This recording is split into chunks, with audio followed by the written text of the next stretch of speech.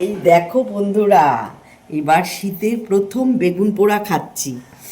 আর এত ভালো না বেগুনটা, সুন্দর বড়, তাই ভাবলাম আজকে পোড়াই খাবো। এই দেখো, একদম গরম গরম।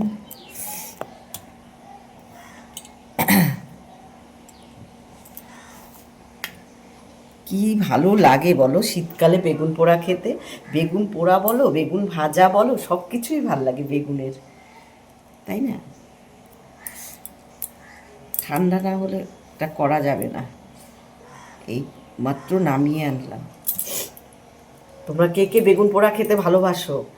সবাই ভালোবাসে। আর এখানে দেখো ধনেপাতা কুচি, পেঁয়াজ কুচি, কাঁচা লঙ্কা কুচি নিয়ে নিয়েছি, সর্ষার তেল, নুন সব কিছু দিয়ে খাবো।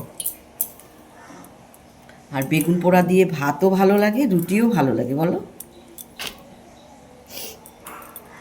এ দেখো আমার পুরো বেগুনটা ছাড়ানো হয়ে গেছে। এতটা গরম বলে আমি এই যে বাটিটা দিয়ে একটু ম্যাশড করছি।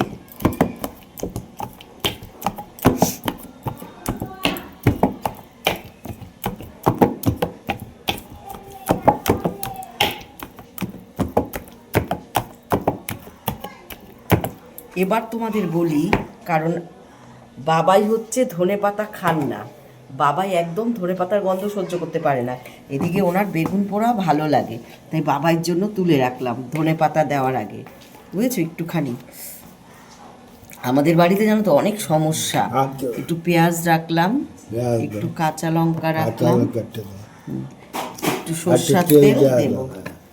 দিদি একটু লবণটা নিয়ে আসো তো, বাবাইটার মধ্যে আগে একটু দেই।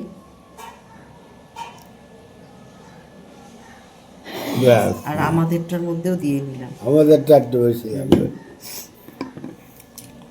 এবার মাখবো। দেখো, পেঁয়াজ, ধনেপাতা, কাঁচা লঙ্কা, সর্ষার তেল। এবার এটা রুটি দিয়ে একটু লবণ দাও। ধনেপাতাগুলো একটু কুচাও নাই, ভালো লাগবে মিশে। হ্যাঁ এত বড় বড়। এত নুন? লাগে। বাবাইটা একটু দাও।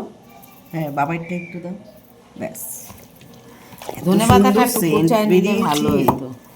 না,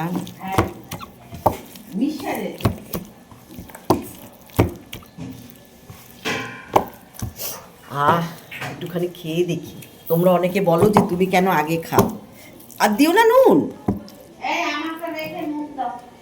দেখি একটু দাঁড়াও, চোখ জ্বালা করছে। সব ঠিক আছে। হ্যাঁ, আগেরটা একটু ভাইয়া লবণ দিয়েছে তো।